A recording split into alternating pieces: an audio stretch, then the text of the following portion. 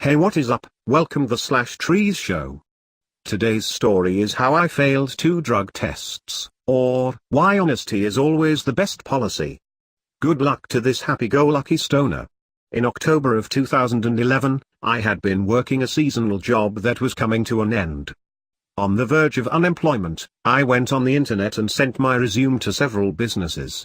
I soon received an invitation to an interview for a customer service position. Unknowingly, my first point of contact was a temp agency. I arrive at the lobby of the temp agency.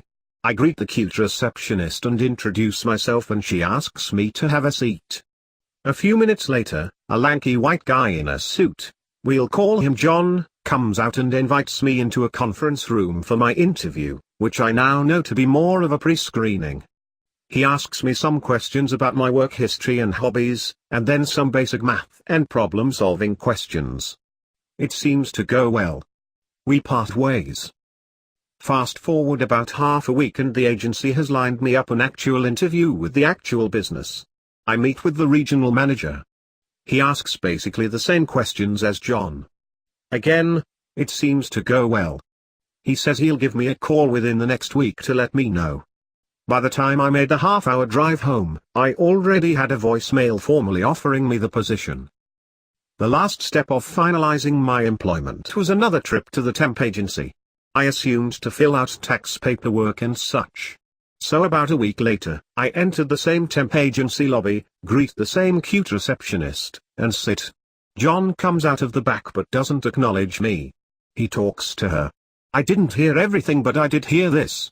We just have to give OP his drug test and then we can get out of here. I scream internally. Nobody at any point mentioned there would be a drug test. Why didn't I see this coming? I knew there was plenty of THC in my body to be found, and I was not prepared to try to spoof a test. John says he'll be ready for me in 5 minutes, then goes back into his office. Alone in the lobby, I approach the receptionist.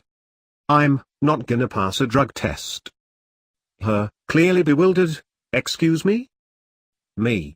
My friends thought it would be funny to feed me a pot brownie without telling me. That was 2 nights ago. Total and probably obvious lie. I smoked like a chimney. Her, maybe you should try anyway? Maybe you'll pass. Me, no, I'm sorry. I know better. I'm just going to leave. And I left. Feeling incredibly defeated, I made the half-hour drive home. I get a phone call while I'm in the car from a number I don't recognize. I let it ring. When I pull into my driveway, I see a new voicemail and give it a listen. It's from John. Hey OP, you listen, I heard you left you, kind of upset. I think just between you and me, I think we can work something out. I'd like for you to come back. I figure, what the hell, why not? I drive back to the temp agency.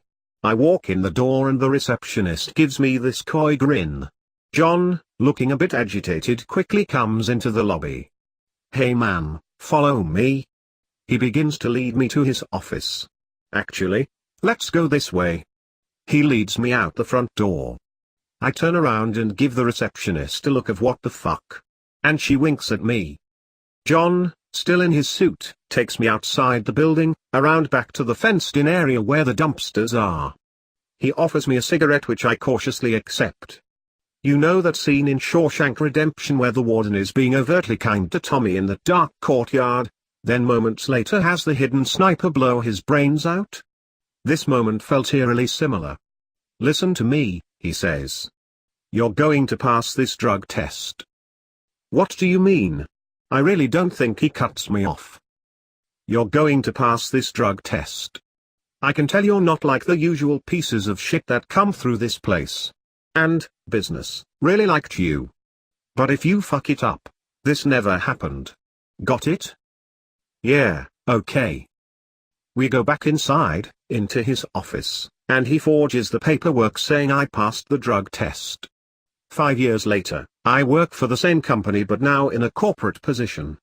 About 6 months later, I landed myself in trouble for the first time in my life. Long story short, I got pulled over with a pipe in my car and wound up with 6 months of non-reporting probation. While my probation was technically non-reporting, I also had to endure 6 months of random drug testing. Every morning for 6 months, I had to call this 1-800 number and listen to a recording announcing the day's testing groups. There were various letter, color and number combinations, I'm guessing to signify different drugs and severity of charges. I was in group Red C2. The first time the recording announced Red C2 was exactly 11 days after my court date. The day before my court date, I got high as fuck, anticipating it being the last chance I had for a while. I was definitely freaking out a bit, wondering if I could pass a test on such short notice after smoking daily for years. I arrive at the testing center, sign in and wait. Eventually, this big black guy comes down the hall. He looks like a chubby ice cube but spoke very softly. He looks at me and says, "Let's go." We go into the bathroom. He shuts the door and hands me a cup. It's one of those instant tests that reveals the results right on the spot. He stands right behind me while I fill it up.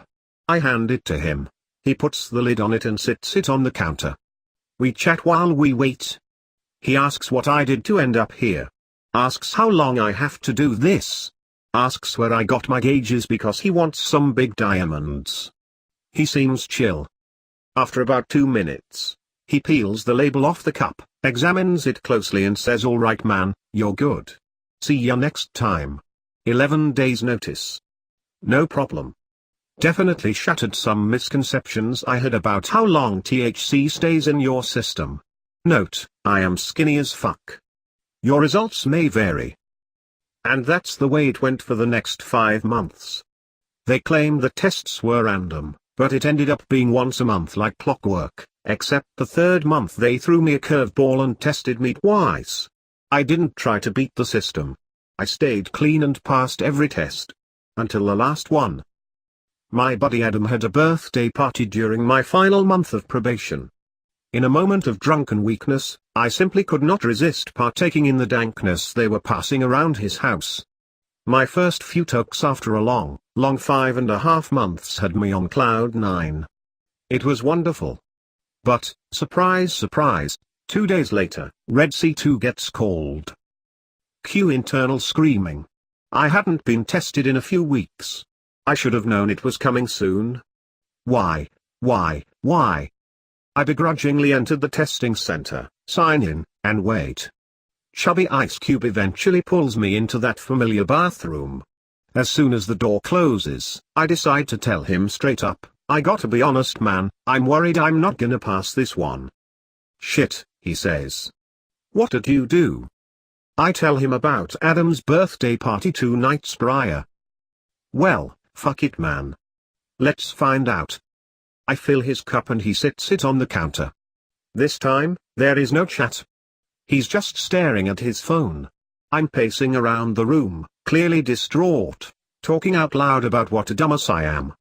He says nothing, just keeps staring at his phone. The usual 2 minutes pass. He picks up the cup, peels off the label, examines it closely then sets it back down on the counter and goes back to staring at his phone. He still says nothing. 3 minutes or more go by. He picks up the cup once more, examines it closely, sets it back down and asks, "So are you going to admit it?" "What do you mean?" I'm confused by his question because dude, I just admitted it to you 6 minutes ago. Are you going to admit to your po that you smoked weed, or you gonna deny it and say you was just around people who were doing it? What are the different outcomes? I ask. Well, he says, if you deny it, they gonna send this off to a lab, it's still gonna come back positive. They gonna fine you a bunch of money and probably lock you up for at least a month. But if you admit to it, wait, who's your po? Jill Evans. Shit. You gonna have to take weekly tests for a year and move from non-reporting to reporting. I'd rather be in jail than see that bitch every week. What's it gonna be? Fuck, man. I don't know. I just got this new job. I can't go to jail. I guess I have to admit to it. Alright then, your call. He pulls this paperwork out from a drawer and writes THC across the center portion. He drops the pen on the counter and says, I need you to print your name and the date at the top. I need you to initial right here where it says I admit to using this substance, then I need you to sign here at the bottom. I pick up the pen and skim the form. It's legit. I look at him and ask, man, do we have to do this? He nods. Sorry brother. I like you but I ain't trying to lose my job. I print my name at the top. I initial in the middle. I sign at the bottom. He picks it up, examines it closely, then crumples it up and throws it away. He grins from ear to ear. Chubby Ice Cube is now my regular dealer. Thank you for watching. Be sure to like and subscribe below.